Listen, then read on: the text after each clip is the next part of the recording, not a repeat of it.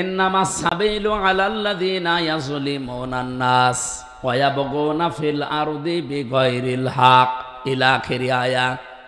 সূরা শুরার 42 নম্বর আয়াতের ভেতরে আছে, অবশ্যই আমি আল্লাহ নিজে মামলা দেব, কেস করব তাদের বিরুদ্ধে যারা মানুষ হয়ে মানুষের উপরে অত্যাচার করেছে।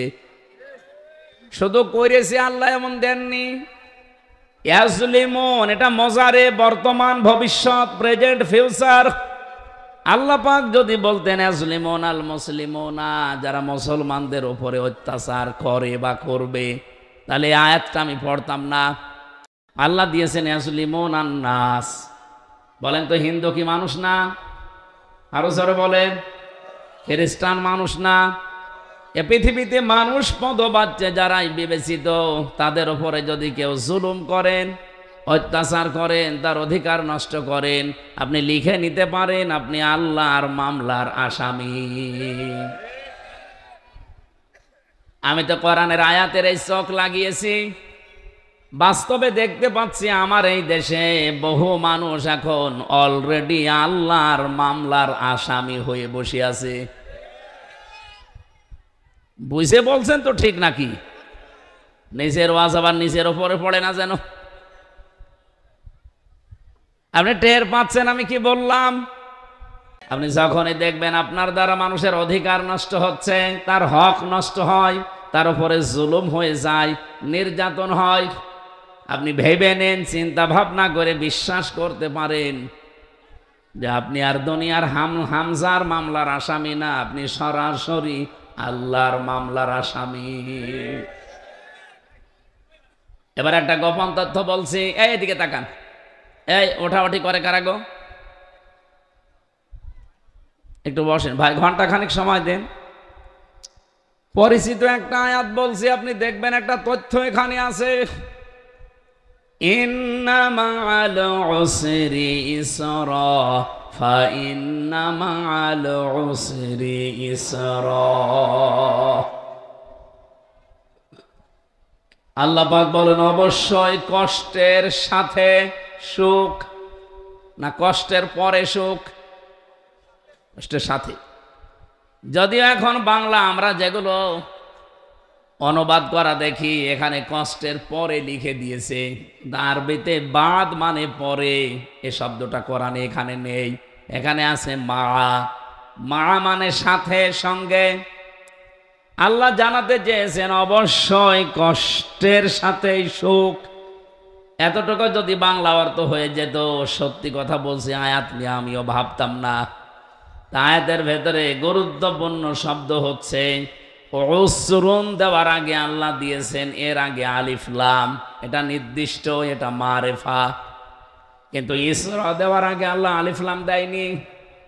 উসরুন মানে কষ্ট, ইসরা মানে সহজ, শান্তি, সুখ, স্বস্তি, নিরাপত্তা, কল্যাণ, অনেকগুলো অর্থ আছে। এদিকে তাকান, কষ্টের আগে আল্লাহ আলিফ লাম দিয়ে নির্দিষ্ট করে দিলেন, এর আগে দিয়েছেন মা, এর আগে দিয়েছেন ইন্না। সূরা আলাম নাসরার আয়াত। আমি এখান থেকে যেটা বের করতে পেরেছি তাফসীর পড়ে, আপনি একটু মিলান তো দেখেন আপনার জীবনে আবার মিলে যায় কিনা। দুনিয়াতে কোনো মানুষ যদি একটা কষ্ট সহ্য করে, আর এই কষ্টটা যদি হয় আল্লাহর জন্যে, রাসূলুল্লাহর জন্যে, মানবতার জন্যে। এবার আমার প্রশ্ন, যেহেতু ক্লাস চলছে, আমি বিশ্ববিদ্যালয়ে এইভাবেই ক্লাস করেছিলাম। ডক্টর লোকমান উনি কোনো বিষয় যদি বোঝাতেন 45 মিনিটের ক্লাসে কমপক্ষে 20 মিনিট শুধু প্রশ্ন করতেন। এই জন্য একবার প্রশ্নের দ্বারা যেটা বোঝা যায় জীবনে ওটা মানুষ ভোলে না। আমি ক্লাস নেওয়ার ট্রেনিং তো জানি, এই জন্য ওই ট্রেনিং খাটাচ্ছি, আপনাদের ওপরে অ্যাপ্লাই করছি। আপনার কষ্টটা আপনি পেলেই হবে না। কষ্ট যদি আপনি আল্লাহর জন্য পেয়ে থাকেন, রাসূলুল্লাহর জন্য পেয়ে থাকেন, মানবতার জন্য পেয়ে থাকেন, এই তিনটা কারণের যে কোনো একটা কারণে যদি দুনিয়ায় কেউ কষ্ট পায়, তার একটা কষ্টের সাথে সুখ আছে কয়টা? যেহেতু ইসরা এটা অনির্দিষ্ট নাকেরা, কমপক্ষে তো 3টা আছে, সর্ব ঊর্ধ্বে আপনি 70টা পর্যন্ত 700 পর্যন্ত পাবেন। কোরআনে কারীম জানিয়েছে মান জাবিল হাসানাতি ফালাহু আশরু আমসালুহা লিহা। এই পৃথিবীতে কোনো মানুষ যদি একটা ভালো কাজ করে, এই একটা ভালো কাজের জন্য কমপক্ষে তারে 10টা নেকি দেওয়া হয়। একের বদলে কয়? আরো জোরে বলেন। তাহলে এই জায়গায় আপনি একটা কষ্ট যদি সহ্য করেন দুনিয়ার জীবনে, কমপক্ষে দুনিয়া আখিরাত মিলিয়ে আপনাকে আল্লাহ 10টা কল্যাণ, শান্তি, সুখ এটা তো দেবেই। ঊর্ধ্বে যত দেবে এটা আল্লাহর ব্যাপার, নিম্নে এটা দেবেই। এবার আসেন আমরা বাস্তবে নিয়ে যাই, আমার কষ্টটা সত্যিই কি আল্লাহর জন্য হয়েছে?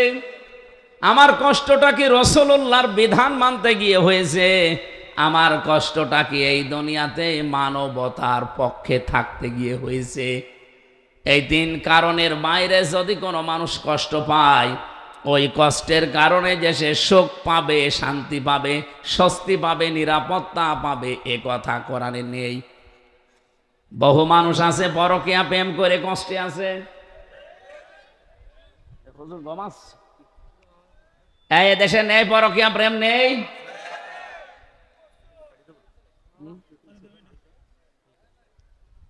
কেন এটা না দিয়ে ভালো হতো? বসা তো কঠিন।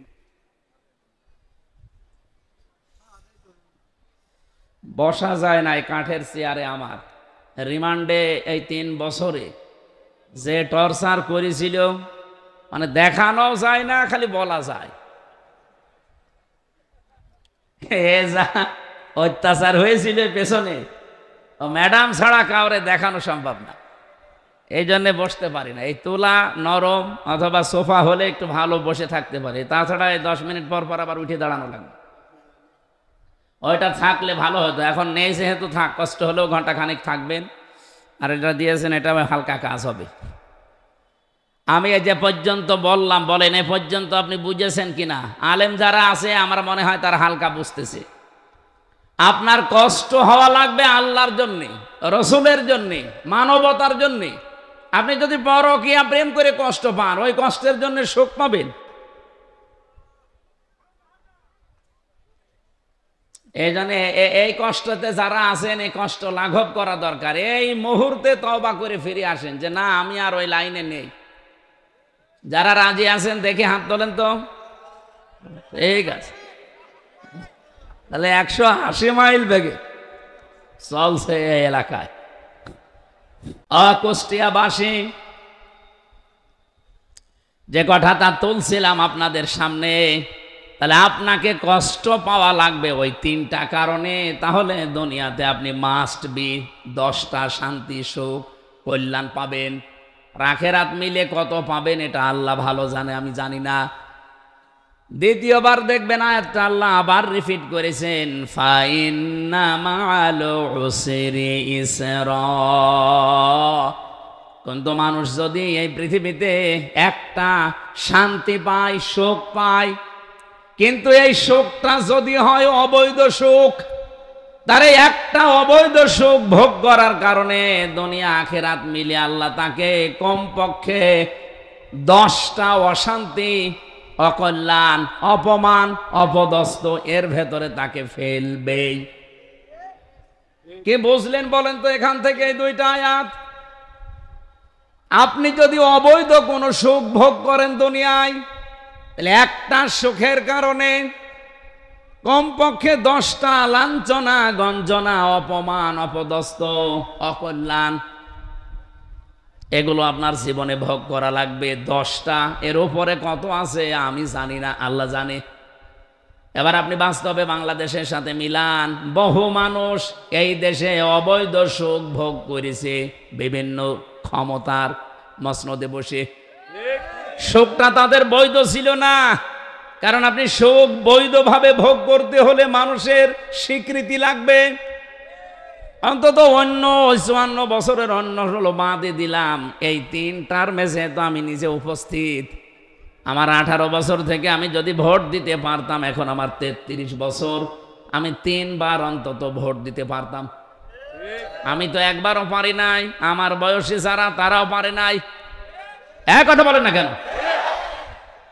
সুতরাং এই যে হাজার হাজার প্রায় 4 কোটির উপরে আমার বয়সী মানুষ এখন এই দেশে, 18 কোটি মানুষের প্রায় 4 কোটি আমার এই বয়সের মানুষ এবার নতুন তারা ভোট দেবে। বলেন এই মানুষগুলো আমরা যেহেতু পারি নাই, আমার বয়সী যারা তারাও তো পারে নাই, কিন্তু ক্ষমতার চেয়ার কি বসেছিল? আরো জোরে বলেন। যারাই ছিল তারা কি ক্ষমতার এই চেয়ারে বসে কোনো সুখ পায়নি, কোনো শান্তি পায়নি? পাইছে মানে এক একজনের 620টা বাড়ি। সেদিন কোন দেশে যেন ছিলাম, সিঙ্গাপুরে না মালয়েশিয়া, যেন এক শয়তান দেখি নিচে বসে বসে চা খাচ্ছে। ও দেখে আমি চিনে ফেলেছি। নিচে নেমে বললাম, কি এখানে কেন? বলছো হুজুর আমি আগেই পালিয়েছি। আপনি পালালেন কেন? আপনার না 620টা বাড়ি। সেই সমস্ত বাড়ি তো এই দেশেও আছে, মালয়েশিয়াতে তার সাহেব পাড়া আছে, সিঙ্গাপুরে বানিয়েছে বিভিন্ন ফ্ল্যাট কিনে কিনে, নিজে থাকে না, সব ভাড়া দেওয়া, তালা লাগানো। বলছে না আমরা এখন ওই সাহেব পাড়ায় যেতে পারি না। বাংলাদেশের 20 লক্ষ মানুষ এই দেশে কাজ করে, যদি আমার এভাবে প্রকাশ্যে খোলামেলা দেখতে পাই পিটিয়ে ভর্তা বানিয়ে ফেলবে। এই জন্য চুরি করে আসি, কেউ জানে না। আপনি আমার জন্য দোয়া করেন। দোয়া ওজনে দোয়া আসে? ওজনে কি আসবে? বদদোয়া। একটা বাড়ি আমার বাবার আমি থাকতে পারি না, 6 মাস থাকি রাস্তায় রাস্তায়। আরো 620টা বাড়ি বানিয়েছে শয়তান। ও থাকবে কবে? ও কিয়ামত পর্যন্ত হায়াত পেলেও তো এত বাড়ি থাকা সম্ভব না। কি আপনি চিন্তা করেন তো, একটা বাড়িতে আমার দাদা গেছে বিদায় হয়ে, বাবা গেছে, এখন আছে, আমিও আছি, তাই থাকতে পারি না। 1 বছরে 12 মাসের প্রায় 6 মাস রাস্তায়, 2-3 মাস বাইরের দেশে, আর এই বাকি সময়টা বাড়ি থাকা। একটা বাড়িতে এত পূর্বপুরুষ বিদায় নিল, আমিও চলে যাব। আর কি শান্তি পেয়েছে চেয়ারে বসে। 620টা বাড়ি বানিয়েছে, একটাও থাকতে পারে না, সব তালা লাগানো। এ দেশের বিভিন্ন জায়গায় যেগুলো বানিয়েছিল জনগণ সব গুড়িয়ে দিয়েছে। আর বাইরের দেশের যেগুলো, ওগুলো ভাড়াও কেউ নেয় না, কেউ জিজ্ঞাসা করলো মার খাবে। এমন কঠিন কষ্টে আল্লাহ তাদেরকে রেখেছে। আমার নিজের দেখা, এক একটা হোটেলে থাকে 20,000, 50,000, 1 লাখ টাকা ভাড়া। মর এবার জমানো টাকা দিয়ে কয়দিন চলবেন এভাবে জেলখানার মতো? বাইরে তো আসতে পারেন না, একটা ঘরের ভেতরে 24 ঘন্টা আপনার তালামালা। আমারে রেখেছিলেন কন্ডেম সেলে, তালা লাগানো। আপনিও আছেন প্রায় কন্ডেম সেলেই, শুধু ভালো খাবার পাচ্ছেন তাই। আমারে মোবাইল দিতেন না, খাবার দিতেন না ভালো, আর আপনি ওইগুলো একটু পাচ্ছেন। এই বাকি আমি যা ছিলাম আপনি ওই রকমই আছেন। আমি যে কথা এই কোরআন থেকে নিয়ে আসতে চাই, যেহেতু কোরআনের কোনো কথা মিথ্যা নেই, 100% সত্য না 98%? 100%। তাহলে দুনিয়াতে কেউ যদি অবৈধ শান্তি পান, একটা সুখ ভোগ করেন, আপনাকে কষ্ট ভোগ করা লাগবে কয়টা? যেন আগামীতে কেউ যেন অবৈধ কোনো সুখ শান্তি দুনিয়ায় আর ভোগ করতে না পারেন, সেই ব্যবস্থা এদেশের মানুষের করা লাগবে। তাহলে ঠিক বলি চিল্লালেন, কি বললাম? কতদূর বাঁশ গেল টের পেয়েছেন? ঠিক আছে। সুতরাং বাস্তবতা, আমরা নিজেরা অন্যায় করব না, অন্যায় কেউ করবে আমরা বেঁচে থাকতে আমি মেনেও নেব না। হয় অন্যায় বন্ধ হবে, না আমাদেরকে বিদায় করা লাগবে। কথা বলেন না কেন? জুলাই যোদ্ধা যারা আপনি দেখেছেন, তারা প্রশাসনের গলির সামনে দাঁড়িয়ে বলেছিল, হয় মেরে ফেলেন, নাই তো বাড়ি যাব না। এদেশের মানুষ যেহেতু এখন সচেতন, অন্যায় করে জীবনও আপনি টিকে থাকতে পারবেন না। এই জন্য যারা যে কাজে আছেন, কাজটা যেন অবৈধ না হয়ে যায়, যেন জুলুম না হয়। যদি জুলুম এবং অবৈধর ভেতরে পড়ে যায়, আপনি চর্মচোখে দেখতে পাচ্ছেন যে 1 বছরে তো বহু টাকার মালিক হয়ে গেছি, এ টাকা জীবনও আপনার হাতে থাকবে না, এ তো যাবে, আর ও নিজের বাবারটাও যাবে। রবিউল আউয়াল মাস আসলেই তো মানুষ নবীজির নামে কি করে? মিলাদ দেয় না? এলাকায় মিলাদ নেই? এই যে মিলাদ দেয়, মিলাদ মানে বেলাদুন থেকে যা এসেছে, এর বাংলা অর্থ হচ্ছে জন্ম বৃত্তান্ত। তাহলে যারা এই এলাকায় বিভিন্ন বাড়িতে মিলাদ দেন, রসুলের জন্ম নিয়ে আলোচনা করেন, এটা খারাপ না, আপনি করেন, কিন্তু না।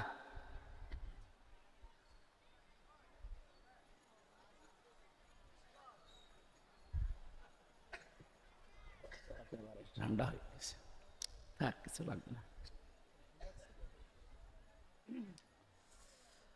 কুষ্টিয়াবাসী মিলাদ থেকে যে শিক্ষাগুলো ইতিহাসের কিতাবে আছে, সিরাতের কিতাবে আছে, আপনি আর রাহিকুল মাখতুম পড়েন, সিরাত ইবনে হিশাম পড়েন, সিরাত বিশ্বকোষ পড়েন, নবী রহমত পড়েন, মানবতার বন্ধু মোহাম্মদ রাসূলুল্লাহ পড়েন।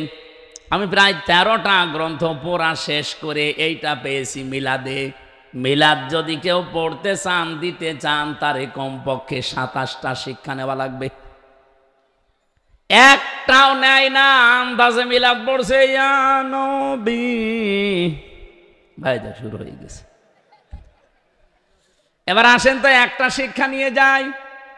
এই রবিউল আউয়াল মাসে বিশ্বনবী দুনিয়ায় যেহেতু এসেছিলেন, উনি আসার পরে যেই মহিলার দুধ তিনি পান করেছিলেন, সর্বপ্রথম ওই মহিলার নাম উম্মে আইমান। কি নাম? এ মহিলার দুধ তিনি পান করলেন। দ্বিতীয় নম্বরে এই পৃথিবীতে নিজের মা ছাড়া আর একজন মহিলার দুধ তিনি পান করেছিলেন, তার নাম হালিমাতুস সাদিয়া রাদিয়াল্লাহু তাআলা আনহা। হযরতে হালিমা নিজে মুখ দিয়ে বলছেন, আমি নিজে এসেই চাঁদের মতো ফুটফুটে সন্তানটাকে বুকে তুলে নিলাম, ডান স্তন তারে দিলাম, সে পান করেছে, বাম স্তনে মুখ লাগিয়েছি, তিনি মুখ বের করে নিলেন। একবার, দুইবার, তিনবার মুখ লাগালাম, তিনবারে তিনি মুখ বের করে দিলেন। চোখের ইশারা দিয়ে আমাকে যেন জানাতে চায়, মা হালিমা, জোর করেন কেন? ডান স্তন আমারে দিয়েছিলেন, আমি তো পান করেছি, এটা আমার অধিকার, হক। বাম স্তন আমি জানি আপনার সন্তান আছে আর একটা, তার নাম আব্দুল্লাহ, সেও আমার বয়সী। এ পৃথিবীতে আমি ভাইয়ের হক নষ্ট করার জন্য আসি নাই, এসেছি ভাইয়ের হক দুনিয়ায় ফিরিয়ে দেওয়ার জন্যে। খোকসাবাসী শুধু শোনার পরে ঠিক জি সুবহানাল্লাহ বলার জন্য বলি নাই, কি বুঝলেন বলেন? এখান থেকে যেই নবী মায়ের কোলে বসে ভাইয়ের হক ফিরিয়ে দেয়, নষ্ট করে না, সেই নবীর উম্মত আমরা। যত বড় হচ্ছি, দিন যত যাচ্ছে, ভাইয়ের হক মারার জম হচ্ছে। অনেকে বনের সম্পদ দিতে চান না, বলে এটাও আবার দেওয়া লাগবে, যদিও মাঠেরটা দিয়ে দেয়, বাড়ির সম্পদ দিতে চায় না, বলে ভিটার ভাগও দেওয়া লাগবে। দেওয়া লাগবে মানে তোমারে জন্ম দিয়েছে তোমার বাবা, আর এটাকে ডাউনলোড করে নিয়ে এসেছে। সাহাবায়ে কেরামের জীবন থেকে আপনি বলছি, তারা নিজের সম্পদগুলো নিজেরা যখন ভাগ করত, এই যে মেরাজ বন্টন করত, মাঠের জমি বলেন, বাড়ির জমি বলেন, এটা তো দিয়েই দিত। এমনকি খাবার খাওয়ার জন্য যে গ্লাস, প্লেট, যে রান্না করার হাঁড়ি, পাতিল, এইটা পর্যন্ত ভাগ করে দিয়ে দিত। এরকম মানুষ এই খোকসায় আছে। খালি মাঠের জমি হালকা পাতলা দেয়, তা অধিকাংশ মেরিয়ে দেয়। এই কথা বলে না কেন? এইটা আমি আজ 9 দিন আগে এসেছি মক্কা মদিনা থেকে, প্রায় 25 জন আমরা একসাথে। কয়েকজনের খবর আমার কাছে আছে, পাশের থানা না, এই পাশের জেলা না, ঝিনাইদহ, মাগুরা, এখান থেকেও কয়েকজন ছিল। কয়েকজনের খবর আমি নিজে যেহেতু ছিলাম, দেখেছি। বনের জমি জাল দলিল করে বা ফাঁকি দিয়ে, তারে না দিয়ে নিজের নামে করে ওইটা বিক্রি করে উনি ওমরায় যাচ্ছে। আর বনকে বলে এসেছে, তোর জন্য কাবা শরীফে দোয়া করে দেব, যা। ও কিয়ামত পর্যন্ত যদি ওমরা করে, ওর ওমরা কবুল হয়ে বসে আছে। বাংলাদেশে আসা দূরের কথা, জেদ্দার বিমানবন্দরও আসবে না। হ্যাঁ, নামের আগে আপনি হাজী সাহেব উপাধি পাবেন, মানুষ আপনাকে আলহাস বলে ডাকবে, এতটুকু শেষ। আর আসার সময় ওই জমজমের পানি আর খেজুর নিয়ে এসে মন মতো খাবেন, এই শেষ। কিচ্ছু হয়নি, কারণ জমি যেটা দেননি ওটা দেওয়া ছিল ফরজ, আর যেটা করে এসেছেন ওমরা এটা ছিল নফল। তামাম পৃথিবীর কতগুলো নফল এক জায়গায় করলে একটা ফরজ হয় না? কথা বোঝেন তো নাকি? এদিকে সরে আসি, আমি তো অন্ধ। তামাম পৃথিবীর কতগুলো সুন্নত এক জায়গায় করলে একটা ফরজ হয় না? সুন্নত সব এক জায়গায় করলে একটা ফরজের দাম যেহেতু হয় না।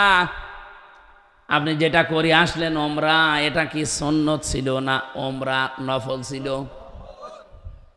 একটা নফল করতে গিয়ে আপনি ফরজ জিনিস বাদ দিয়ে দিয়েছেন। অথচ রবিউল আউয়াল মাসের মিলাদের শিক্ষা ছিল এইটা, যে ভাইয়ের হক ফিরিয়ে দেন। এটা নবীর জন্মের কাহিনী না? এই কথা বলেন।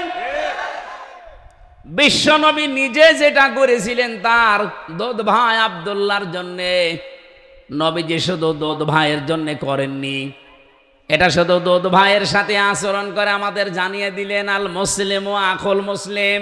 দোদ ভাই হোক আপন ভাই হোক, পৃথিবীর যত মুসলমান সব ভাই ভাই। সুতরাং তাদের অধিকারও যেন নষ্ট না হয়, তাদের হক যেন নষ্ট না হয়, সচেষ্ট থাকবা। এইটার নাম মিলাদ। এই মিলাদ যদি বাংলাদেশে চলতো, এই দেশে চাঁদাবাজি হতো।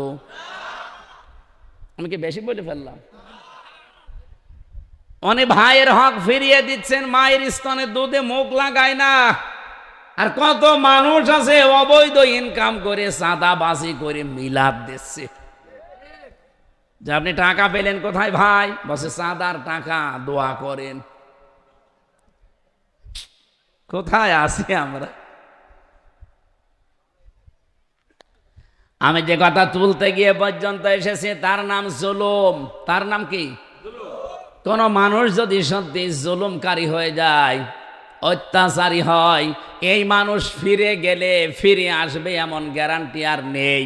এরা যদি দুনিয়ায় কোনো অবৈধ সুখ শান্তি একটা ভোগ করে, তার এগেনস্টে দুনিয়া আখেরাত মিলে তাকে আল্লাহ অশান্তি, দুঃখ, দুর্দশা, লাঞ্ছনা, গঞ্জনা, অপমান, অপদস্থ, অকল্যাণ, 33টা অর্থ আছে।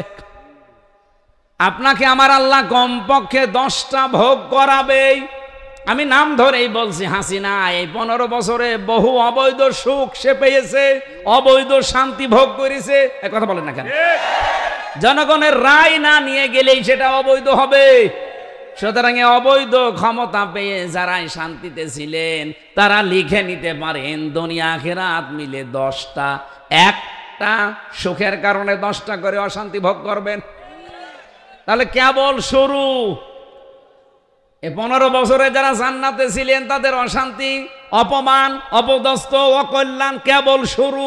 এক একটাই যদি 10টা হয়, 15 বছরে যারা 15টা সুখ পেয়েছে, 10-15 কত হয়?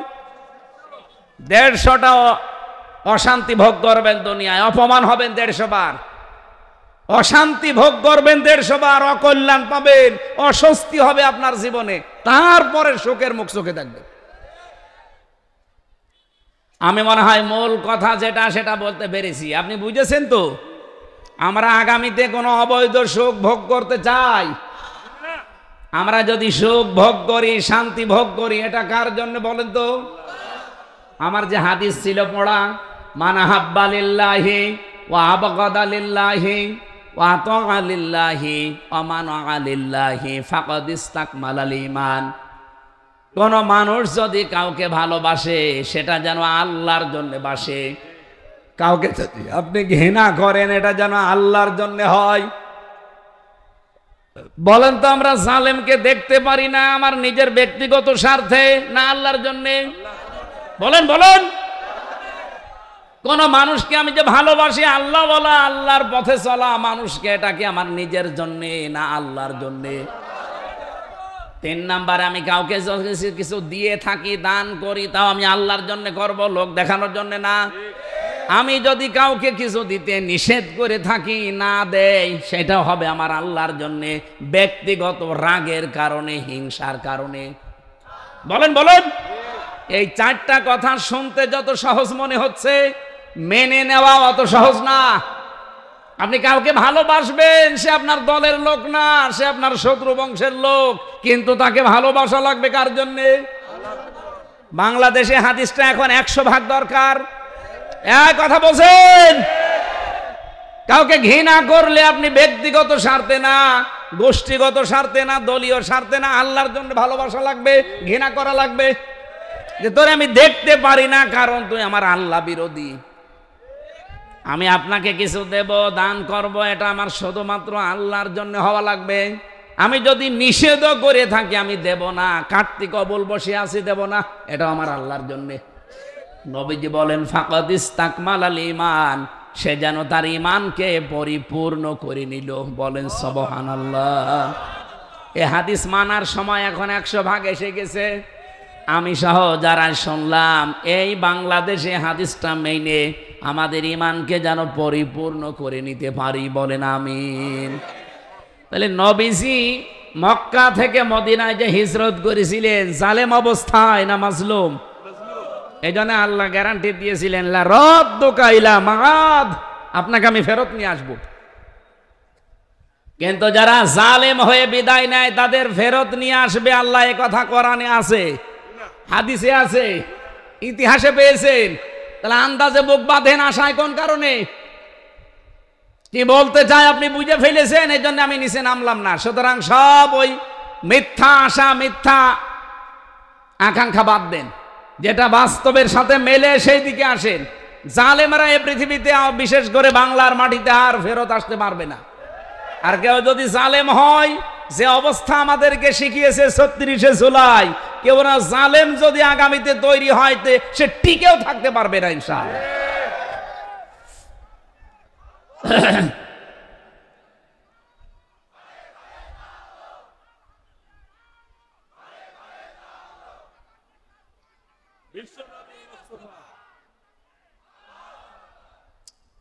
দল মত জাতি বর্ণ ধর্ম নির্বিশেষে আজকের অনুষ্ঠানে এসেছেন আমি জানি। আজকে বহু হিন্দু এখানে আছে। আমি আজকে আসর থেকে মাগরিব পর্যন্ত একটা অনুষ্ঠানে ছিলাম, কুষ্টিয়া ত্রিমোহনী। এরপরে গণসংযোগ করার জন্য আমার এই এলাকার মানুষেরা প্রায় 50-60 জন পেছনে নিয়ে গেল। আমার মনে হয় 500 দোকান যদি ওই বাজারে থাকে, 50টা দোকান দাদা বাবুদের।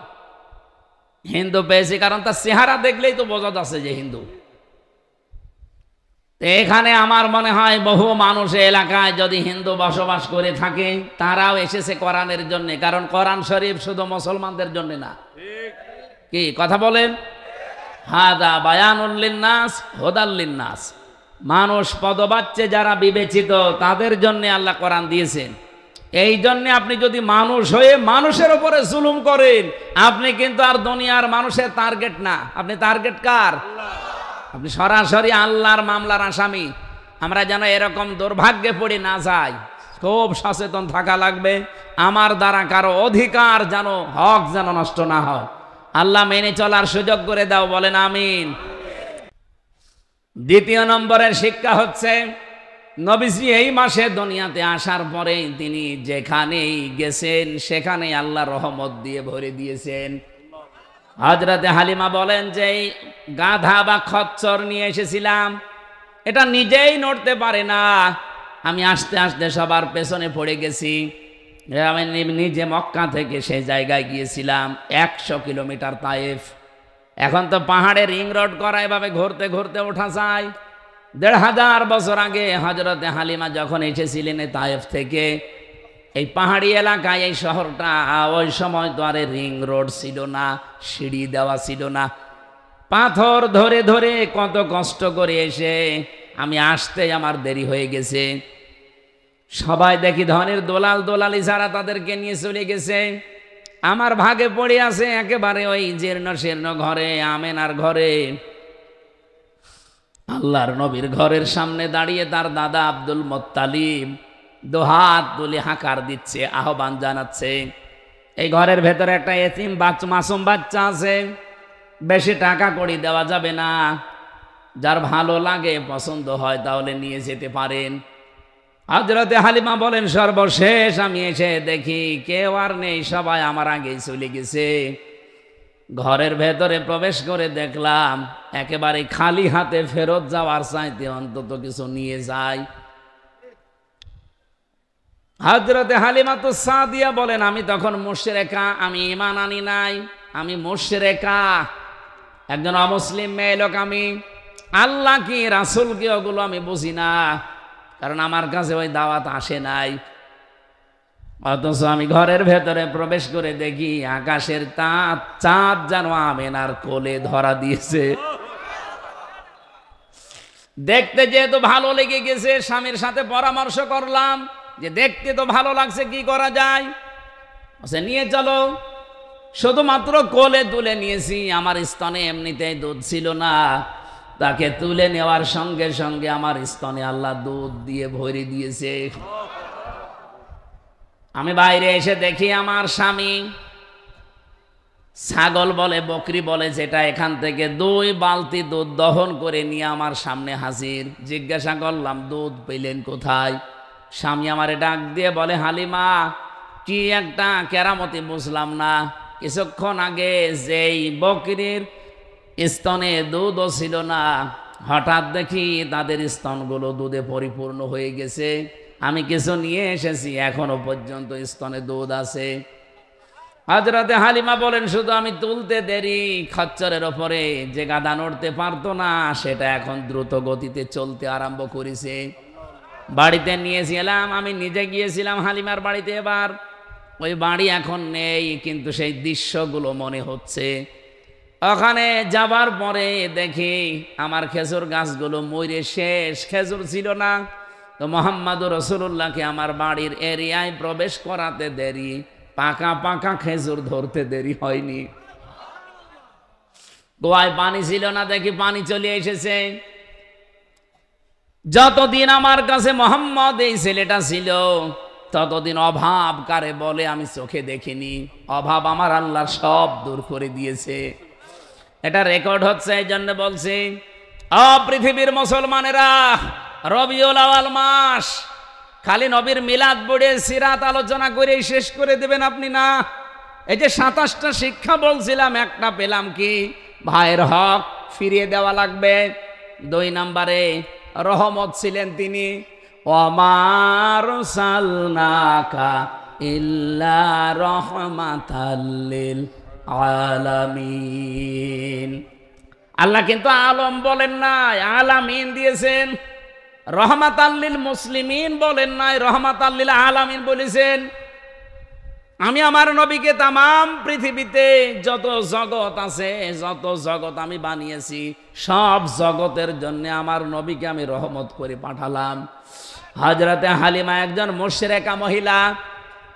এই মহিলা যদি নবীকে কোলে তুলে নেওয়া থেকে শুরু করে বাড়ি পর্যন্ত তার সব আল্লাহ রহমত আর বরকত দিয়ে ভরে দিতে পারে। আজ বিশ্বের মুসলমানেরা এখন তার আদর্শকে যদি আমরা আঁকড়িয়ে ধরতে পারি, আল্লাহর কসম মাছ ফর গাছা করা লাগবে না, এমনিতে ইসরায়েল মিশে যাবে।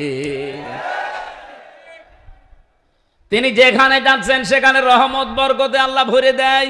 সে আল্লাহ এখন আর নেই, সেই নবীর আদর্শ এখন নেই।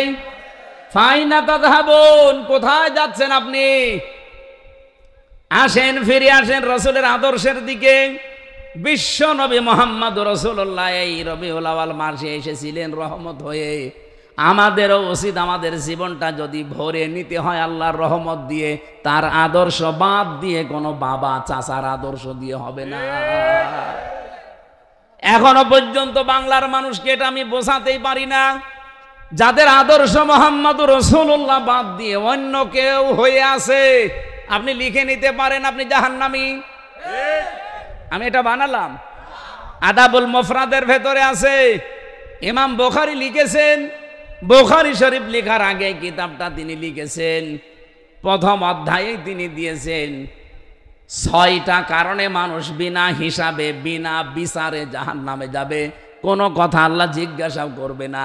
তার 3 নাম্বার কারণ হচ্ছে দুনিয়ায় যাদের আদর্শ বিশ্ব নবী ছিল না, অন্য কেউ ছিল। আপনি একটু নিজের দিকে তাকিয়ে ভাবেন তো, বাংলাদেশে এরকম মানুষ নেই? আপনি নামাজও পড়েন, রোজাও রাখেন, হজ করেন, যাকাত দেন, আপনি দাঁড়িয়ে গেছেন হজ করে এসেছেন, অথচ আপনার আদর্শ আজ পর্যন্ত রাসূলুল্লাহকে আপনি পা থেকে মাথা পর্যন্ত, রান্নাঘর থেকে সংসদ পর্যন্ত মানতে পারেননি। আপনার আদর্শ হয়ে আছে আপনার বাবা। আমি কি বেশি বললাম? আমি আপনাকে বাঁচাতে চাচ্ছি আল্লাহর কসম। এটা কুষ্টিয়া জেলার ভেতরে খুব বেশি ভালোবাসি মক্কা মদিনার পরে আপনাদের। আসেন, ফিরে আসেন। আমি নাই তো দেখতে পাচ্ছি কোরআন আর হাদিসের চোখ দিয়ে আপনি জাহান্নামে দৌড়াচ্ছেন।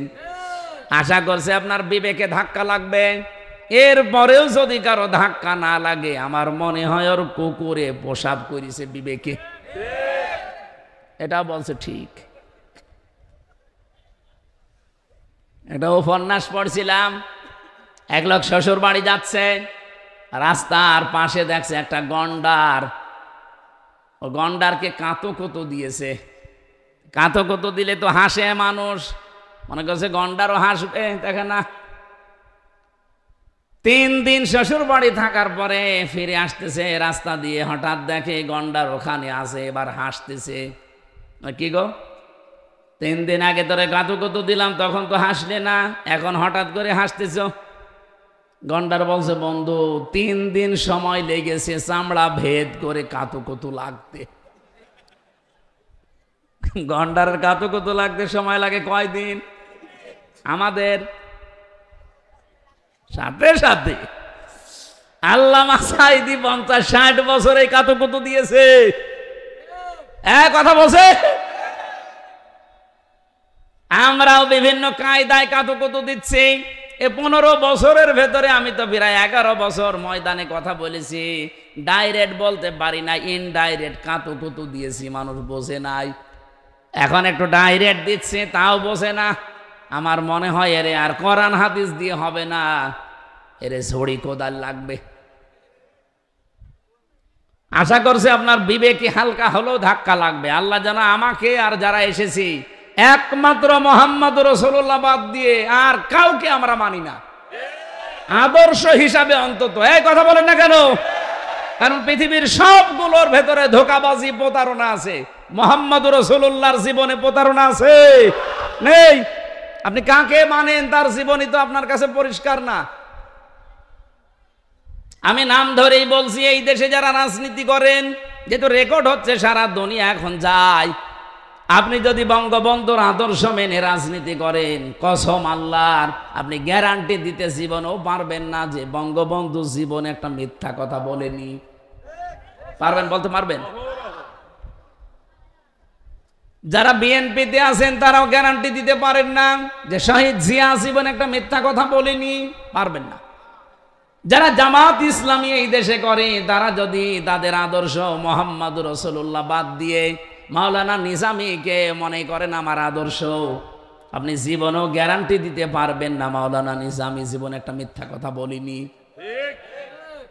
একজনের ব্যাপারে শুধু এই গ্যারান্টি দেওয়া যায়, ওয়া ইন্নাকা লাআলা খুলুকিন আযীম। তিনি হচ্ছেন আমাদের নবী মুহাম্মদুর রাসূলুল্লাহ।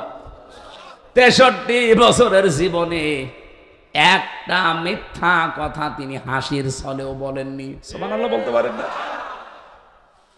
এই যে আযীম শব্দ আল্লাহ দিয়েছেন, আল্লাহ নিজের নাম আল্লাহ লাগিয়ে দিয়েছেন তার চরিত্রের গ্যারান্টি দিতে গিয়ে। আযীম, আপনি পুরা কোরআন শরীফের ভেতরে আযীম কোন নবীর নামে পাবেন না। হযরত ইসহাক নবীকে আল্লাহ একবার ডাক দিয়েছিলেন, কিন্তু আযীম বলেননি, আলিম বলেছেন। গোলামিন আলিম, আমার জ্ঞানী বান্দা। হযরত ইসমাইল নবীকে আল্লাহ একবার ডাক দিয়েছিলেন, আযীম বলেন নাই, বলেছিলেন হালিম। গোলামিন হালিম, সহনশীল গোলাম।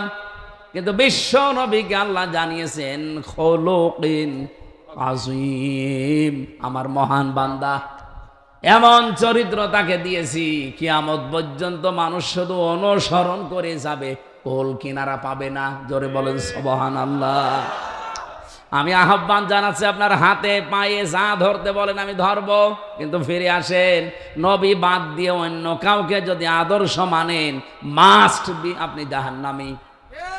আল্লাহ আপনাকে সম্মতি দেন, বলেন আমিন।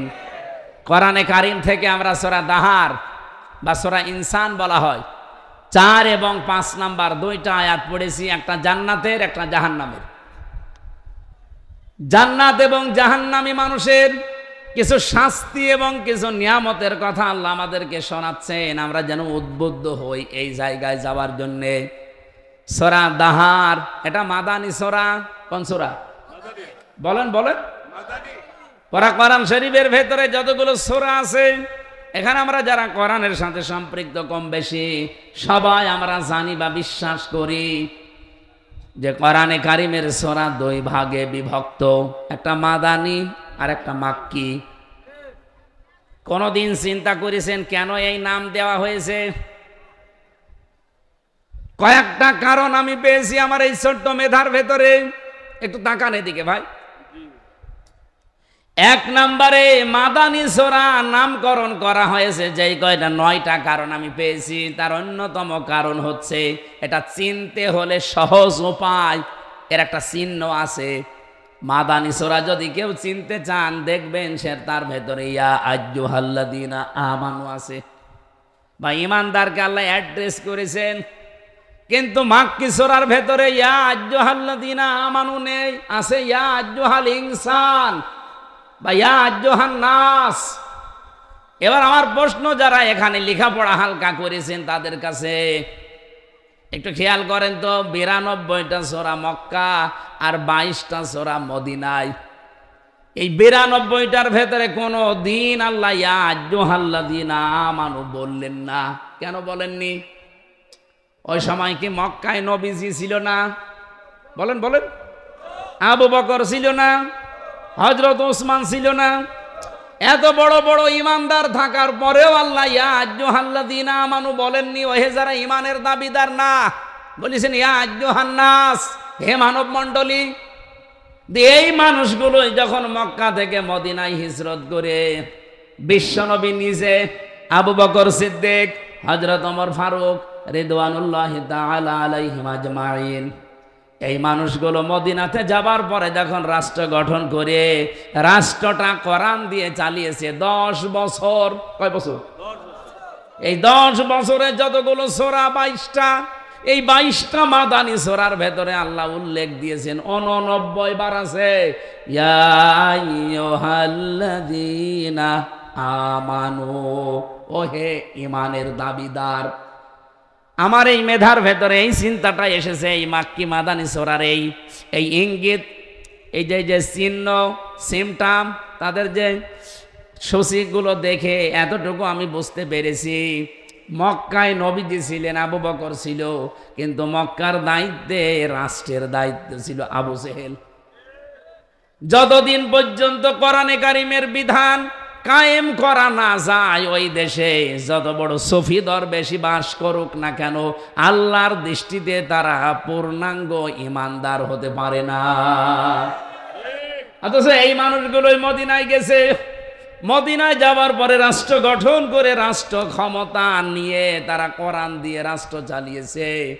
যদিও মদিনায় ওই সময় ইহুদি ছিল, মুশরিক ছিল, ওই সময়ও নাসারা ছিল, কিন্তু কোরআনের বিধান দিয়ে রাষ্ট্র চলার কারণে আমার আল্লাহ যতবার এবার অ্যাড্রেস করেছেন, বলেছেন ইয়া আইয়ুহাল্লাযীনা আমানু।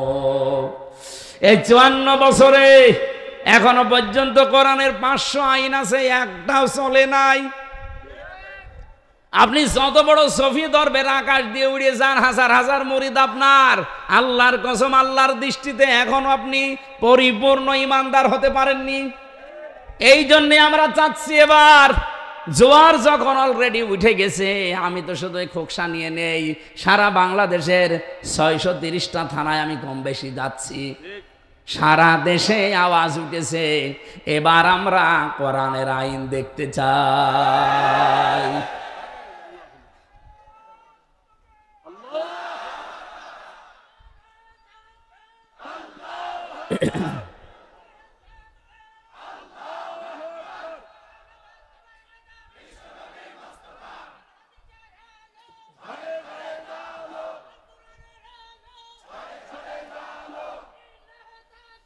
আলহামদুলিল্লাহ।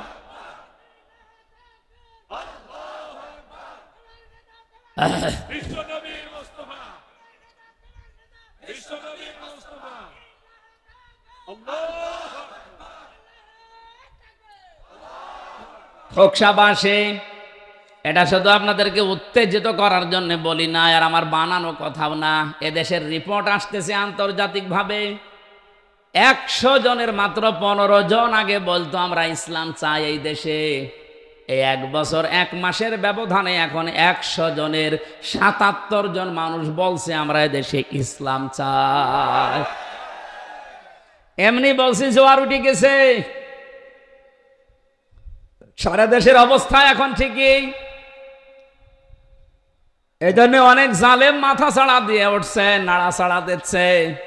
আপনি যতই নাড়া ছাড়া দেবেন তত আপনার আযাবুল বুলডোজার নাজিল হবে।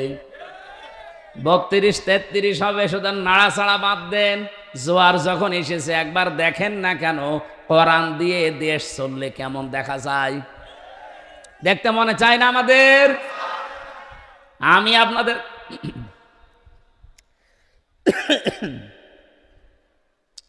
গ্যারান্টি দিতে পারি, এই দেশে যদি একবার কোরআনের আইন সংসদে কায়েম হয়ে যায় 500, কয়টা? 5 বছর চলা লাগবে না, মাত্র 1 বছর চলবে।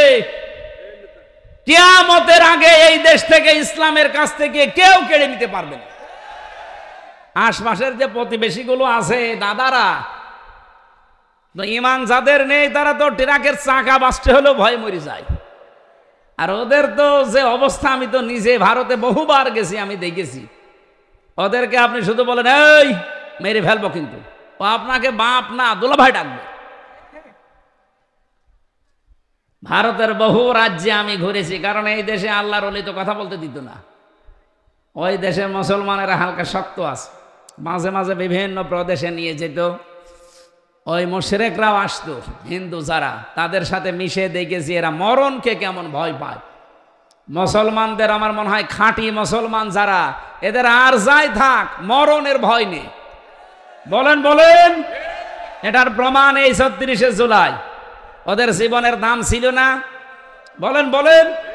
অথচ বুক পেতে বলেছে বুকের ভেতর বইছে ঝড়, বুক পেতেছে গুলি কর। সত্যি সত্যি গুলি করে আবু সাইদকে বিদায় করে দিয়েছে। তারপরও ছেলেটা পিছপা হয়নি, জীবন দিয়ে দেশের মানুষকে দেখিয়ে গেছে যে দেওয়ালে পিঠ থেকে গেলে আর কোনো দিকে নড়াচড়া করা যায় না। প্রশ্ন আসতে পারে ওর সামনে পেছনে তো খালি জায়গা ছিল। আরে ভাই, ওর জীবন তো অবরুদ্ধ করে দিয়েছিল। বাংলাদেশে এই 15.5 বছরে বিশেষ করে যোগ্যতা থাকার পরও আপনার শুধু দলীয় পরিচয় নেই, চাকরি হবে না, বৈষম্যের শিকার হয়ে আপনি থাকবেন মরণ পর্যন্ত। এ ছিল না? বহু অফিসার আমি দেখেছি, তাদেরকে ওএসডি করে রেখে দিয়েছে পুলিশ লাইনে, ওই হেডকোয়ার্টারে। ওর কোনো কাজ নেই, শুধু বসে থাকা ছাড়া। এই মানুষগুলো দেশপ্রেমিক ছিল, সৎ ছিল, এই জন্য তাদের কাজ করতে দেয়নি। এখন তো সরকারি বিভিন্ন অফিসে যাওয়া লাগছে, ডিসি, এসপি, টিওনো, সিভিল সার্জন অফিস সহ হাসপাতাল, বহু জায়গায় যাওয়া লাগছে। এখন দেখতেছি এই মানুষগুলোর মনের অবস্থা। বলে 15 বছর 17 বছর কিচ্ছু করতে পারি না, সুযোগ যখন পেয়েছি অন্তত যতদিন দায়িত্বে আছি সততার সাথে পালন করবে, এতে যা হয় হবে। বাংলাদেশে আপনি দেখতে পাচ্ছেন না, সিলেটের ডিসি সরওয়ার আলম কি আরম্ভ করেছে কয়েকদিনে, যে কোথায় পাথর আছে নিয়ে আসা লাগবে না, জীবন ঝালাপালা করে দেব। আমার মনে হয় এরকম সরওয়ার ভাইয়ের মতো সারা বাংলাদেশে 1628 জন এখন দায়িত্বে আছে। সব লাগবে না, শুধুমাত্র 200 মানুষ যদি এরকম তৈরি হয় না, এই দেশটা দুর্নীতি মুক্ত হয়ে যাবে ইনশাআল্লাহ। আর এই দেশকে কি ঔষধ দেওয়া লাগবে, এটা তো কোরআনে আছে না নেই? আর আমরা বিশ্বের বিভিন্ন দেশ থেকে এটা পেয়েছি, দেখতেছি যে মানুষকে টাইট করতে হলে ঔষধ কোন জায়গায় দেওয়া লাগে। মালয়েশিয়ার মতো একটা দেশ, তারা আজ 21 বছরে দাঁড়িয়ে গেছে। এই দেশ থেকে এখন আমরা যাই, ওখানে রাস্তা ঝাড়ু দেয়, 4 কাপ ধোয়া মোছা করে। রাতের বেলা রাত 1:30, 2টা, 3টা যে দেখি রান্না করছে। বাংলাদেশে বাড়ি কোথায়? কুষ্টিয়ায়। কোথায়? কুমারখালী, খোকসায়।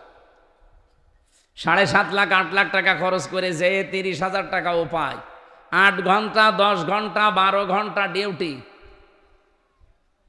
তারা যদি এখন এই দেশের মানুষকে শ্রমিক হিসাবে ব্যবহার করতে পারে, তাদের শুধু মরুভূমি, পাথর, পাহাড় আর পাম গাছ, তাছাড়া কিচ্ছু নেই। আর আমাদের দেশে এমন কোন সম্পদ নেই যা নেই।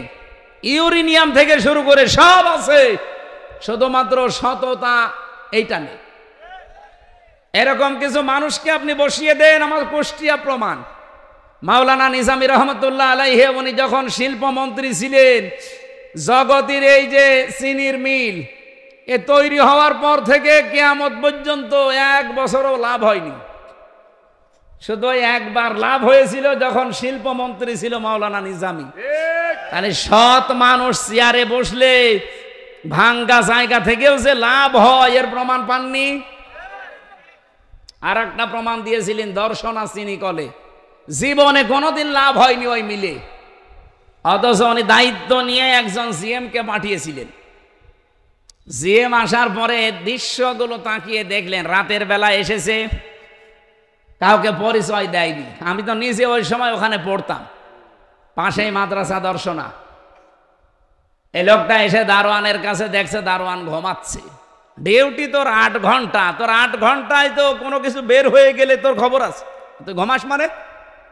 কাছে যে বলছে যে ভাই আমার পরিচয় আপনাকে আমি পরে দেই। বলে না, পরিচয় না দিলে আপনাকে ঢুকতে দেব না। এবার ওই যে কাগজপত্র যেটা ওটা দেখিয়েছে, ও তো অন্তত 8 পাস হলেও তো পাস। ও দেখে স্যার সালাম আলাইকুম, কি করা লাগবে? বলে আমি একটু পরীক্ষা করব আজকে, কালকে সকাল 10টা থেকে আমার অফিস শুরু, একটু পরীক্ষা করব। কি করবেন? যে জায়গায় আছো এই ভেতরে যে ঘর আছে বানানো, এখানে বসে থাকবা। আমি যতক্ষণ না বলবো কথা বলবা না, খালি তোমার পোশাকটা আর ওই লাঠিটা আমার হাতে দাও। পোশাক আর লাঠি হাতে নিয়ে উনি দাঁড়িয়ে আছে।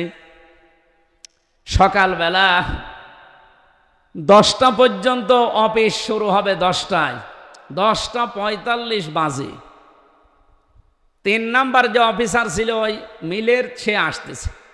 বিশাল জব্বা আমার মতো, দাড়ি বড় বড়, সাদা পাগড়ি মাথায়। গাড়ি নিয়ে ঢুকবে, উনি বাধা দিয়েছে, না আপনি ঢুকতে পারবেন না। আরে দারোয়ানের বাচ্চা ঢুকতে পারবে না মানে? না, আমার চাকরি যদি নাও থাকে আমি আপনাকে ঢুকতে দেব না। ও চাকরি যাবে? আরে দারোয়ান তো এরকম করে না। এ কি আরম্ভ করিস?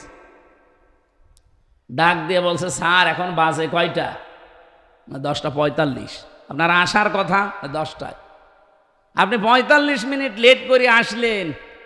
না, আমি আপনাকে ঢুকতে দেবো না, এটা আমার চাকরি চলে যায়, যাক আপনি আজকে চলে যান। ও বাধ্য হয়ে যখন এখন দারোয়ানের সাথে মারামারি করবে, শেষে ফিরে গেছে। পরের দিন এসেছে, যিনি ছিলেন পাঠিয়েছিলেন মাওলানা নিজামী রহমতুল্লাহ আলাইহি, উনি ওনার অফিসে বসে এবারে দারোয়ানকে বলছে তোর পোশাক তুই নে, আমি গেলাম। সকালে উনি অফিসে বসে পরের দিন ওই ওনারে ডাক দিয়েছে এই অফিসারকে, সে দেখে যে গেটে সারে আমি ধমকালাম সেই লোক। উনি ভেতরে প্রবেশ করার পরে যখন সালাম দিয়েছে, বলছে না আপনার মুখে সালাম মানায় না। কারণ যিনি এই সালাম দিতেন তিনি জীবনের ডিউটিতে কোনোদিন ফাঁকি দেননি। আপনার ডিউটি শুরু 4টা থেকে 10টা থেকে 4টা পর্যন্ত, আপনি আসতেছেন 10:45-এ, আপনার মুখে দাড়ি মানায় না, এই জব্বা আপনার জন্য না, পাগড়ি খুলে ফেলেন। আপনি তো রাসূলুল্লাহর বদনাম করছেন। আপনার দিকে তাকিয়ে আপনার কর্মকাণ্ডের কারণে মানুষ নবীজির প্রতি খারাপ ধারণা করবে। আপনার জন্য এটা মানায় না, আপনি খুলে ক্লিন সেফ হয়ে আসেন। লজ্জা পেয়ে ওই দিন থেকে যে ভালো হয়ে গেছে, 10টায় অফিস 10 মিনিট আগে এসে বসে থাকে। ওই বছরে উনি এমন কড়াকড়ি করেছিলেন, ওই জন্মের পর থেকে ওই 1 বছরে শুধু লাভ হয়েছিল, বাকি আজ পর্যন্ত কোনোদিন আর লাভ হয়নি। প্রতি বছরে শুধু লস হয়। সম্মানিত ভাইরা, আমি যেটা বোঝাতে চাই, ঔষধ কোথায় দেওয়া লাগবে আমরা জানি। এখানে একবার একটু সুযোগ যদি আল্লাহ করে দেয় আর আপনারা যদি একটু নড়াচড়া করেন, এই কোরআন যদি শুধু 500 আইন সংসদে এবার যেতে পারে, এই দেশটা একটা মিনি জান্নাত হয়ে যাবে। শুধু দুর্নীতিটা বন্ধ হোক, আর মানুষগুলো যারা দায়িত্ব পাবে তারা খালি সৎ হোক। এদের দাঁড়াবে না, মানুষ বাপ দাঁড়াবে, কোনো ভয় থাকবে না মনের ভেতরে। আমি মালয়েশিয়াতে 2000 কিলো 2500 কিলো পর্যন্ত রান করতাম, কারণ বাংলাদেশের চাইতে প্রায় 7 ডবল বড় ওই দেশটা, বিশাল দেশ, মরুভূমি, পাহাড়, পাথর, বিশাল এলাকা। রাত 2টা-3টার সময় যাচ্ছি, কোনো ভয় নেই, গার ভেতরে সমসম করে ওঠে রাত 2টা-3টার সময়। ড্রাইভার আমার বলছে কোনো ভয় নাই ওস্তাদ, শুধু আল্লাহর ভয় ছাড়া কেউ সামনে আসবে না। আমরা তো ওই রকম একটা দেশ চাই না, বলেন বলেন। আমি এই খোকসা থেকে কুষ্টিয়া মাত্র কয় কিলো, 35 কিলো, এতটুকু যেতে আমার ভয়ের শেষ নেই, কারণ 6-7 বার আল্লাহর ওলিদের সামনে পড়েছিলাম, এই জন্যে ভয় আছে। যদিও কয়েকবার টাকা ফেরত দিয়েছে তারা, কিন্তু বাকি সময় তো টাকা নিয়েছে। আবার বলে ধরা পড়ার পরে যে হুজুর আমরা মানব সেবায় আসি। ওর শয়তান। অথচ মক্কা মদিনা সহ যতগুলো দেশের, এত বড় বড় দেশ, বাংলাদেশের চাইতে সৌদি আরব 14 ডবল। এই দেশ এই মাথা থেকে ওই মাথা মাত্র 1150 কিলোমিটার, আর এই চাইতে 14 ডবল বড়। কতশো কিলোমিটার হতে পারে বলেন? একটা ভয় শুধু মনের ভেতরে, যে আল্লাহর ভয়, তাছাড়া কোনো ভয় নেই। সুবহানাল্লাহ বলতে পারেন নাই?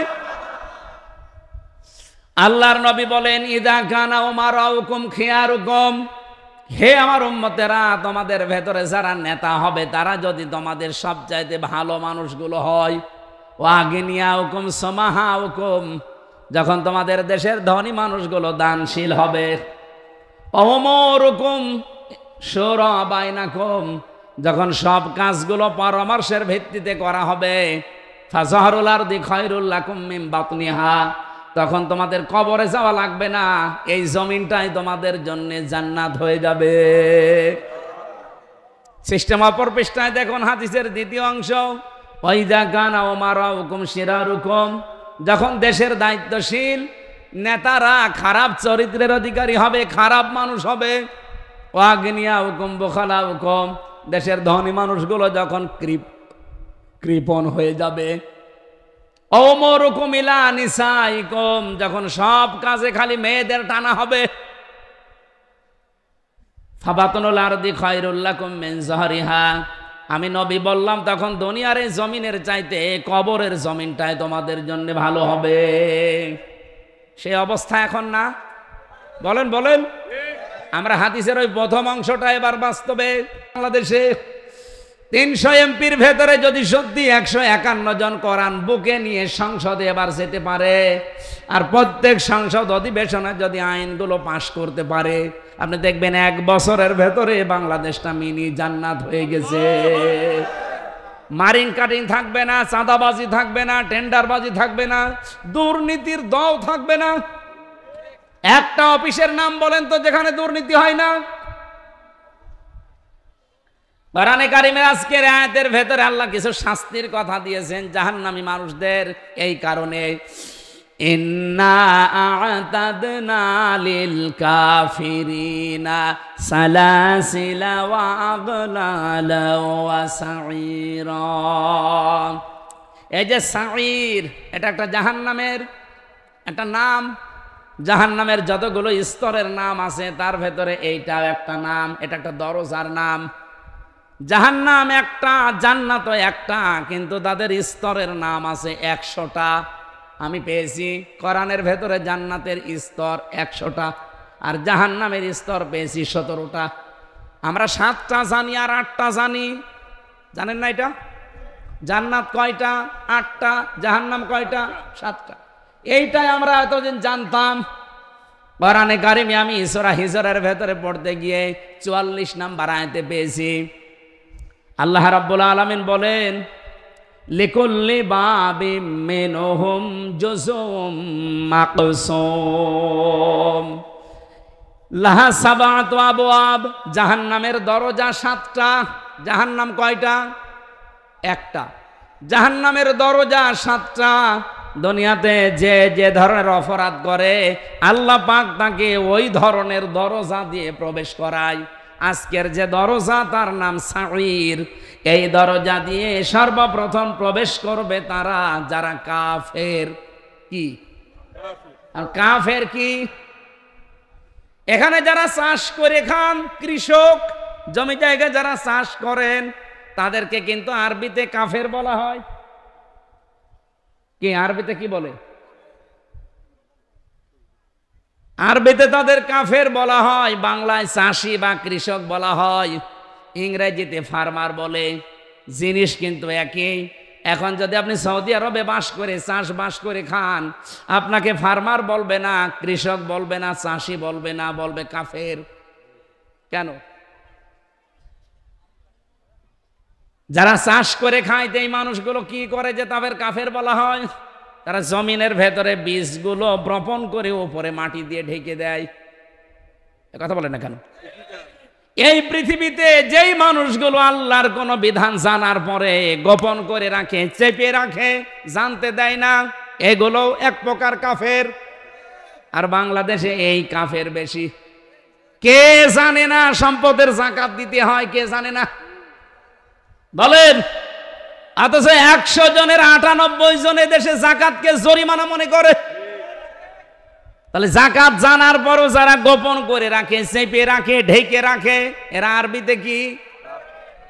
আল্লাহ আয়াতে দিয়েছিলেন ইন্না আ'তাদনা, অবশ্যই আমি প্রস্তুত করে রাখলাম, লিল কাফিরিনা, কাফেরদের জন্য, সালাসিলা, শৃঙ্খল, ওয়া আগলালান, বেড়ি, ওয়া সাঈরা, জ্বলন্ত আগুন। এই যে সাঈর নামে যে জাহান্নামের আগুন, এখানে আমার আল্লাহ কয়েক প্রকার মানুষকে দেবেন, আমাদের ভেতরে আছে কিনা আমরা দেখতে চাই। 1 নম্বরে অকালু লাউ কুন্না নাসমাউ আও নাকিলু মা কুন্না ফি আসহাবিস সাঈর।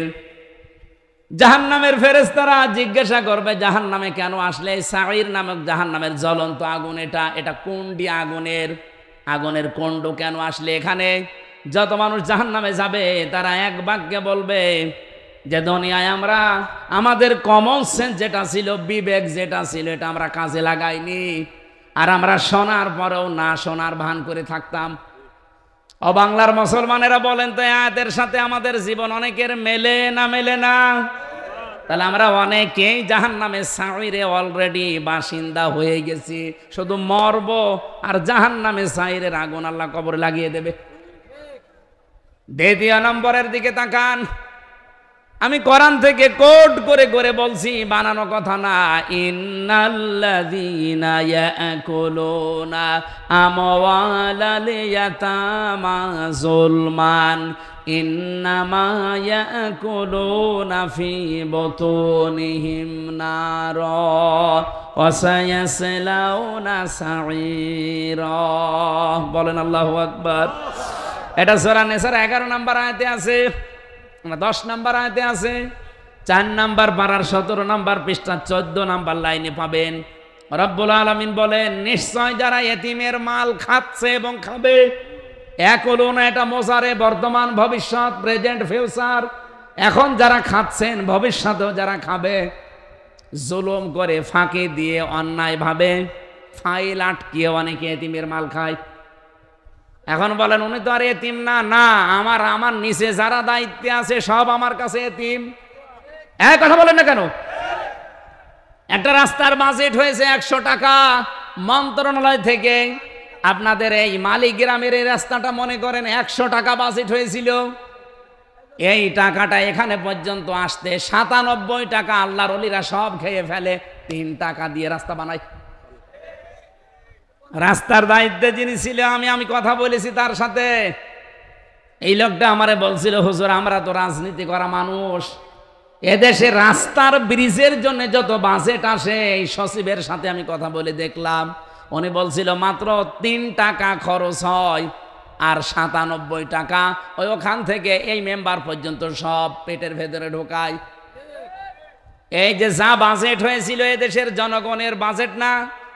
বলেন বলেন। তাহলে এই জনগণগুলো ওই 1628 জন মানুষের কাছে এতিম না? বলেন বলেন। এই এতিমের মাল যারা এতদিন খেয়েছেন, আল্লাহ বলেন ইন্নামা ইয়াকুলুনা ফি বুতুনিহিম নার, ওরা যেন পেটের ভেতরে জাহান্নামের আগুন ভর্তি করেছে। ওদের পেট যতই সুন্দর দেখতে মনে হোক, আল্লাহর কসম পেটের ভেতরে মানুষের সম্পদ, এতিমের সম্পদ, জনগণের সম্পদ যারা খেয়েছেন আপনি বিশ্বাস করতে পারেন ওগুলো আগুন। এতটুকু আল্লাহ শেষ করেননি, ওয়াসায়াসলাউনা সাঈরা, সিন দিয়েছেন কোন সেন্টেন্সের আগে, সিন সাউফা কদ লাম এরকম 13টা শব্দ আছে। যদি কোনোটা আসে বাংলা অর্থ দাঁড়ায় খুব তাড়াতাড়ি। তার মানে যারা এতিমের সম্পদ ভক্ষণ করেন অন্যায়ভাবে জুলুম করে ফাঁকি দিয়ে, আপনি শুধু মরতে দেরি, নামাজি হন, রোজাদার হন, হাজি হন, কবরে আল্লাহ জাহান্নামে সাইরের আগুন লাগিয়ে দেবে। আল্লাহ আমি সহ যারা শুনলাম আমাদেরকে এই 2টা অপরাধ থেকে বাঁচাও। এরকম 5টা অপরাধের কথা আছে এই সাইরে যাওয়ার জন্য। এর পরের আয়াতে আল্লাহ দিয়েছেন ইন্নাল আবরার ইয়াশরাবুনা মিন কাসিন কানা মিজাজুহা কাফুরা, অবশ্যই যারা আবরার, আবরার মানে আমার কুষ্টিয়ার কুমারখালীর আবরার ফাহাদ না, আবরার শব্দের শাব্দিক অর্থ নেককারগণ, যারা দুনিয়া আল্লাহর দৃষ্টিতে নেককার হতে পারবে এই মানুষগুলোর জন্য আল্লাহ একটা পান পিয়ালা রাখবেন, মিন কাসিন কানা মিজাজুহা কাফুরা, তার সাথে আল্লাহ কাফুর মিশ্রিত করে দেবেন। এমন একটা নদীকে কাফুর বলা হয়, এই যে মিন কাসিন কানা মিজাজুহা কাফুরা। আল্লাহ কাফুরের ব্যাখ্যায় আমি ইবনে কাসির থেকে বলছি, এমন একটা নদী আপনাকে আল্লাহ দান করবে যেই নদী যেখানে ইচ্ছা সেখানে আপনি সাথে করে নিয়ে যেতে পারবেন। আমাদের কুষ্টিয়ার গড়াই নদী তো এরকমই, যেখানে বলবো সেখানে চলে যাবে। বলেন বলেন। সুতরাং এমন একটা জীবন গঠন করার আহ্বান জানাচ্ছি। আল্লাহর এই নেককার আবরার এই মানুষগুলোর সাথে যদি সত্যি তার বানানো এই জান্নাতে আমরা যেতে পারি, যতগুলো নহর আল্লাহ আমাদেরকে দান করবেন ওটা শুধু আমার সাথে পেছনে পেছনে চলতে থাকবে।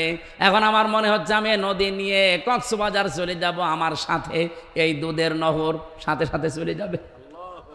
দুনিয়ায় আমাদের ওয়াজ করা না, মানুষের কোনো কণ্ঠের ক্ষমতা নেই, চোখের ক্ষমতা নেই, কানের ক্ষমতা নেই যে এ বর্ণনা করে বোঝাতে পারে। আল্লাহ আমাদেরকে ওই জায়গা পর্যন্ত পৌঁছানোর তৌফিক দেন, বলেন আমিন। সম্মানিত মা বোন যারা এসেছেন, আপনারাও এই আবরারের জন্যে, এই কাফুর এর জন্য আপনাদেরকেও প্রতিযোগিতা করা দরকার দুনিয়ার এই ছোট্ট জীবনে। যে যেখানে আছেন অফি যালিকা ফালিয়াতানাফাসিল মুতানাফিসুন, তোমরা এখন এই নিয়ামতগুলো পাওয়ার জন্য প্রতিযোগিতা আরম্ভ করো। যে যেখানে আসো এই জায়গা থেকে আমরা আমাদের নেক কাজের পাল্লাগুলো ভারী করার মাধ্যমে এই কাফুর এই বাগান পর্যন্ত পৌঁছাতে চাই। আল্লাহ আমাদের তৌফিক দিন, আমিন। প্রাণপ্রিয় কুষ্টিয়াবাসী, মক্কা মদিনার পরে সবচাইতে প্রিয় শহর আমার কাছে কুষ্টিয়া। এটা আমার জন্মের জায়গা, মানুষ হিসাবে এটা সবার ভেতরে আছে। নবীজি যেদিন মক্কা ছেড়ে চলে যাচ্ছিলেন, যে জায়গায় গিয়ে আর দেখা যায় না মক্কাকে, এরকম একটা জায়গায় দাঁড়িয়ে বলছিলেন, কাবা খুব ভালোবাসি তোমাকে, কিন্তু তোমার নিষ্ঠুর সন্তানরা আমাকে তোমার খেদমতে আর থাকতে দিল না, আমি আবার আসব। কি বলেছিলেন বলেন তো? আর একবার বলেন কি বলেছিলেন? এ কথা কেন বললেন? কারণ তিনি ছিলেন মাজলুম। মাজলুম কোনো মানুষ যদি সত্যিই বিদায় নেয়, এই মানুষকে আল্লাহ তার জায়গা মতো আবার ফিরিয়ে নিয়ে আসে, এটা আল্লাহর ওয়াদা। সূরা কসসের 85 নম্বর আয়াতে এটা আছে। এই কথা বলেন কেন? কি আশ্চর্য! হট, ইয়ার কি করে মনে হচ্ছে আমার সাথে? কথা বলা যাবে না ভাই। ভাই বাড়ি চলে যান, নাই তো দাঁড়িয়ে থাকেন, বসে থাকেন, কি করবেন দেখেন, কথা বলবেন না। এখানে উঠে বসতে পারছেন না 10-12 জন? আসেন, যারা আসেন ভেঙে যাবে, তাহলে আর আসার দরকার নেই। একটু কষ্ট করেন, 1 ঘন্টা 10-15 মিনিট মতো বলবো। ভাই আমার শরীরের অবস্থা এবং একটা চাপ মাথার ওপর আপনারা জানেন। সারাদিন সেই ফজরের পর থেকে রাত 8টা পর্যন্ত মানুষের পেছনে এই ঘোরাঘুরি করা এতে কত কঠিন কাজ এখন নিজে টের পাচ্ছে। আসলে বাস্তবতা অনেক কঠিন। আমরা তো ছিলাম এই যে অবিখা ওয়াজ করে খেতাম, এখন এমন একটা দায়িত্ব সংগঠন চাপিয়ে দিয়েছে মাথার উপরে, এ রাত নেই দিন নেই, শরীর পারলেও যাওয়া লাগবে, না পারলেও যাওয়া লাগবে, কঠিন অবস্থায় আছে।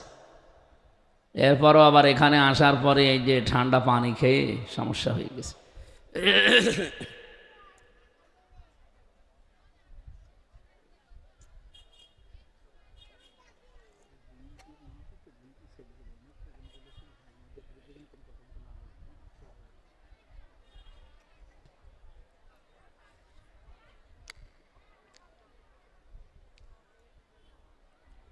ইন্নাল্লাযী ফারাদা আলাইকাল কুরআনা লারাদ্দুকা ইলা মাআদ, এটা কোরআনের আয়াত 20 নম্বর পারায় আছে সূরা কসস 85 নম্বর আয়াতের প্রথম অংশে আল্লাহ জানিয়েছেন অবশ্যই কোরআনের আইন মানা ফরজ। হে নবী, আপনি আজকে এখান থেকে চলে যাচ্ছেন কোরআনের জন্য, যে মানুষগুলো আপনাকে এখানে টিকতে দিল না, আমি গ্যারান্টি দিলাম লারাদ্দুকা ইলা মাআদ, এই জায়গায় আপনাকে আমি অবশ্যই ফিরিয়ে নিয়ে আসব।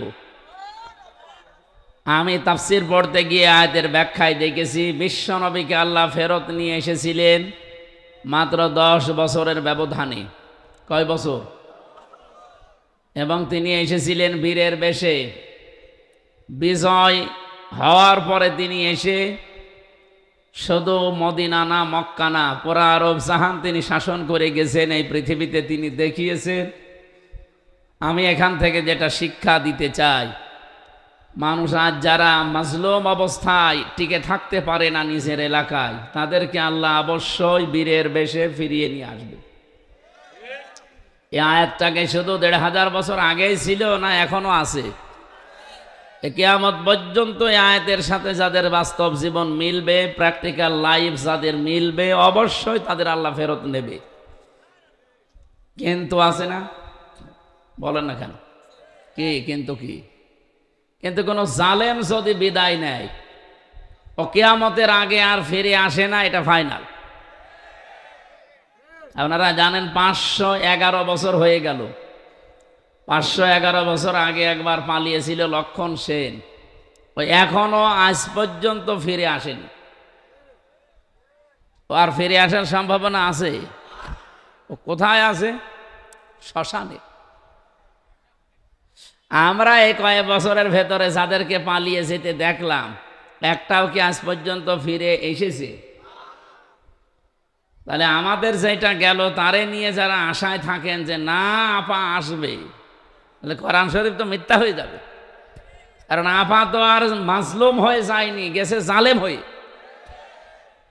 এ পর্যন্ত ঠিক আছে। যারাই পালিয়ে যায় আপনি দেখবেন একটাও মাজলুম যেগুলো গেল আমাদের সামনে, এর আগে ইতিহাস তো বাদ দিলাম, অধিকাংশগুলোই জালেম না মাজলুম? সব জালেম। ওদিকে আশরাফ ঘানি, এরপরে এই যে কয়েকদিন আগে গেল যেটা আসাদ, বাশার আল আসাদ, আমাদের এটা নাম নেওয়া কেমন যেন লাগে, ও মহিলার নামও নিতে চাই না। যারাই গেল এগুলো আর আসতেছে না, আর আসবেও না। সুতরাং এই আশায় গুড়ে বালি, আপনারা ধান্দা বাদ দেন। বেশি ঝামেলা করবেন যতটুকু আছেন, এর উপরে আবার এই লতিফ সিদ্দিকের মতো আবার গলায় ফাঁস পড়বে। ওই কারো সে হাওয়াতে ফুলবেন না, কারণ যারা হাওয়া দিয়ে ফোলায় ওরাই লাথি দেয়। ফুটবলকে একদিন একজন জিজ্ঞাসা করছে, ভাই তুমি এত লাথি খাও কেন? যে তোমারে দেখে খালি লাথি দেয়। আমি পরের পামে ফলি, মানুষ আমারে হাওয়া দিয়ে ফোলায়, তো আমি তো নিজে ফুলতে পারি না। সুতরাং মানুষ যখন ফোলায় ওই সেই আমারে লাথি দেয়। সুতরাং আপনি নিজে যখন ফুলতে পারেন না, ফুলবেন না। অন্য কেউ হাওয়া দেবে আর আপনি ফলবেন আশায় বুক বেঁধে, সে জামানা শেষ হয়ে গেছে। এই দেশে 36শে জুলাই যারা ঘটিয়েছে, এটা শুধুমাত্র কয়েকজন ছেলে মেয়ে না, সারা বাংলাদেশের সব মানুষ তাদের সাথে ছিল।